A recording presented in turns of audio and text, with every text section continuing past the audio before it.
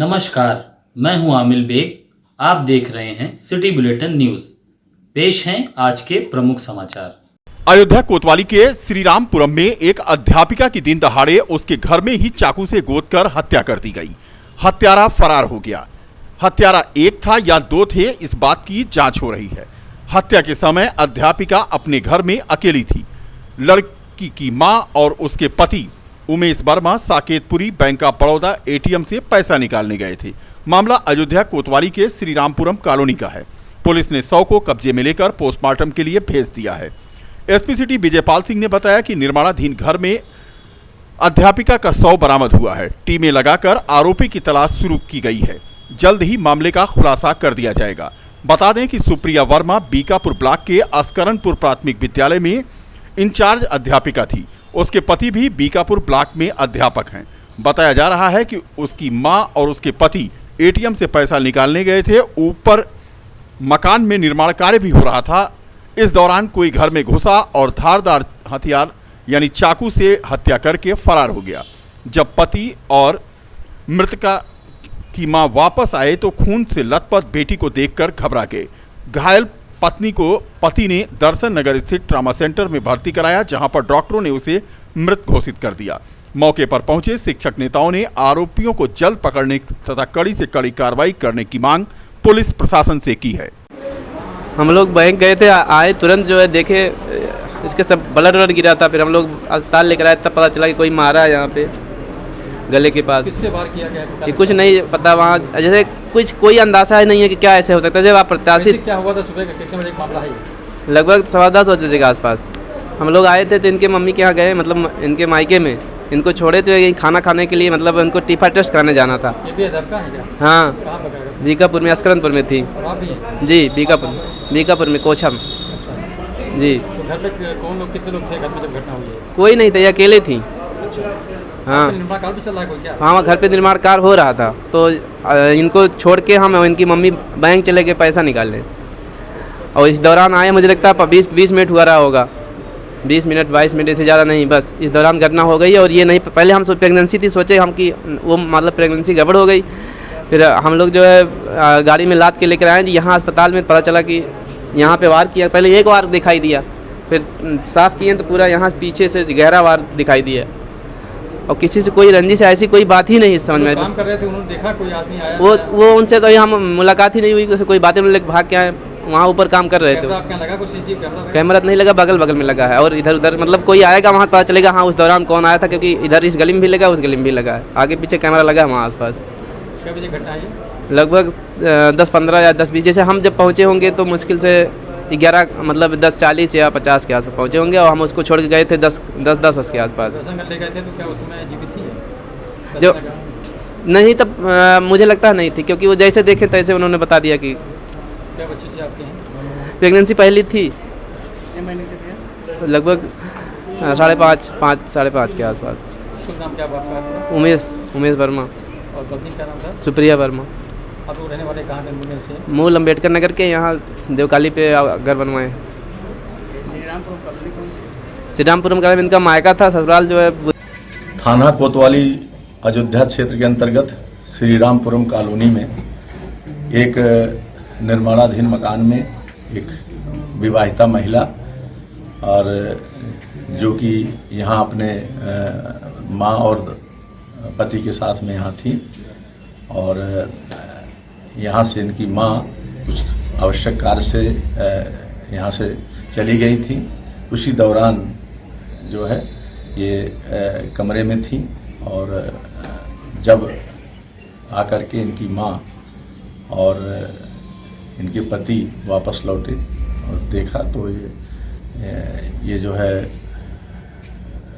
घायल अवस्था में यहाँ पर मिली।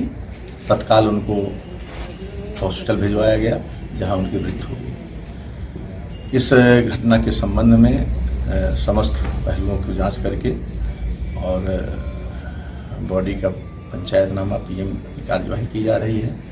और इसमें जो घटना के आरोपी हैं उनकी छानबीन के लिए टीमें लगा दी गई हैं और आसपास के CCTV कैमरे इत्यादि देखे जा रहे हैं।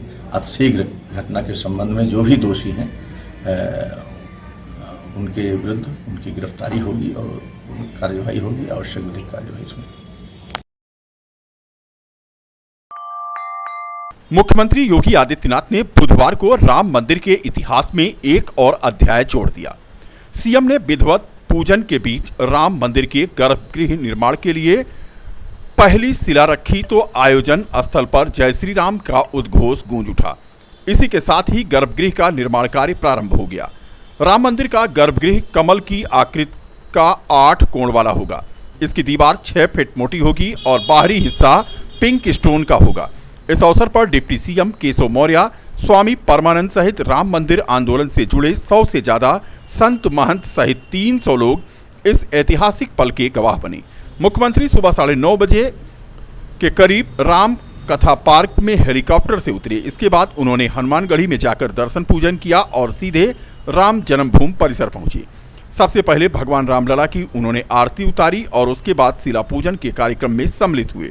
संतों को संबोधित करते हुए सीएम ने कहा कि लगभग 500 वर्ष की लंबी लड़ाई और संघर्ष के बाद श्री रामलला के मंदिर का निर्माण शुरू हुआ है। इस कार्यक्रम को हमें मूर्त रूप देने के लिए आज हम न्यास के सदस्यों के साथ यहां आए हैं।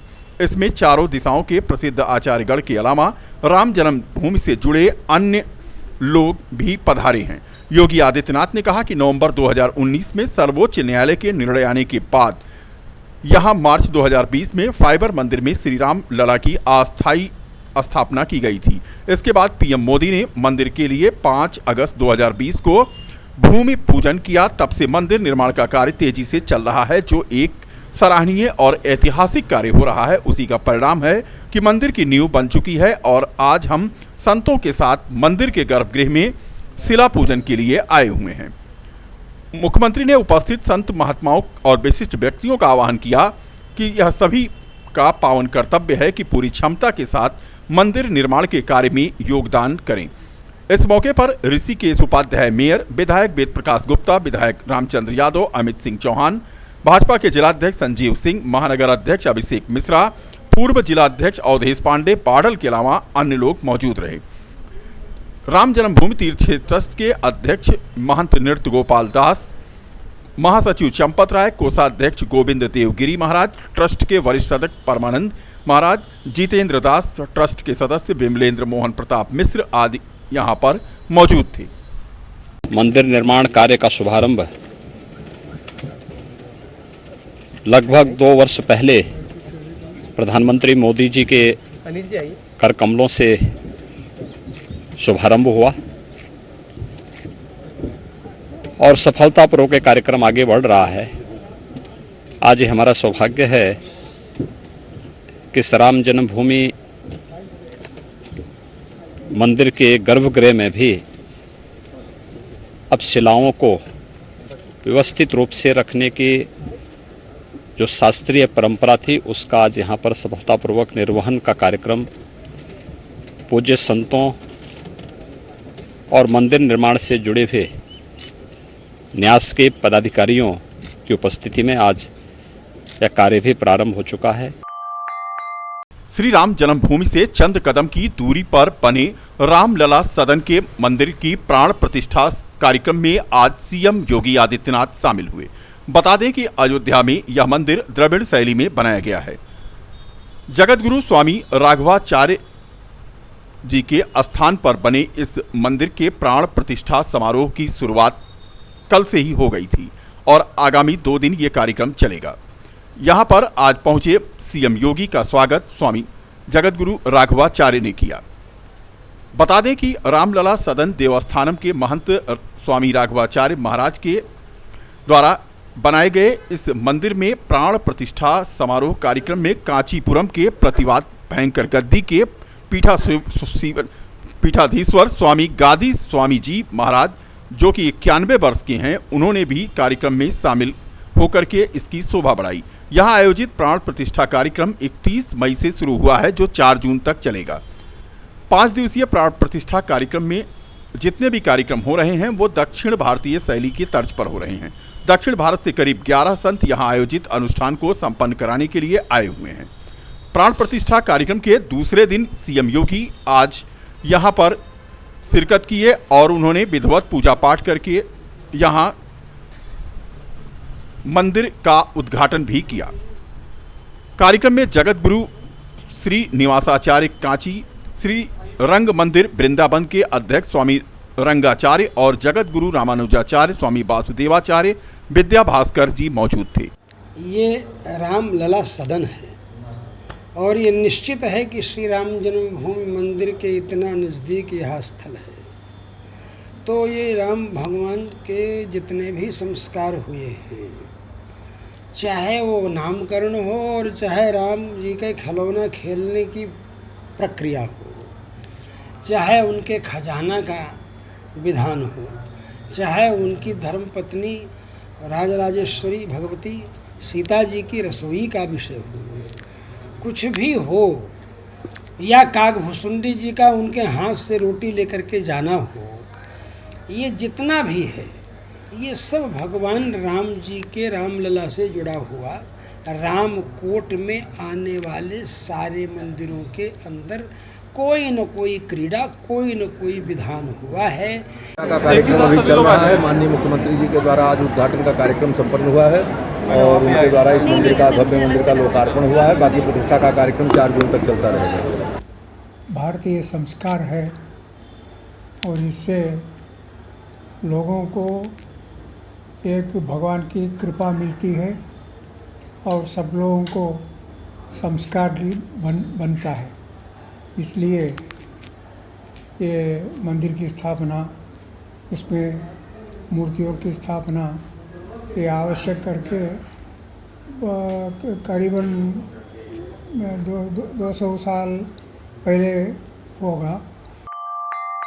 कैसरगंज सांसद की स्वाभिमान यात्रा आज बिसोहरपुर से चलकर सुहावल चौराहे पहुंची, जहां पर उबैद खान के नेतृत्व में सांसद बृजभूषण शरण सिंह का कई किलो की माला पहनाकर स्वागत किया गया। सुहावल से लेकर शहादतगंज बाईपास तक जगह जगह पर सांसद श्री सिंह का स्वागत किया गया। उनके काफिले में नवयुवकों में उत्साह और बड़ी भीड़ देखने को मिली। शहादतगंज बाईपास पर स्थानीय होटल में साधु संतों का सम्मान समारोह कार्यक्रम संपन्न हुआ। सांसद बृजभूषण शरण सिंह ने बताया कि जिस दिन दिल्ली में उन्होंने प्रेस किया था,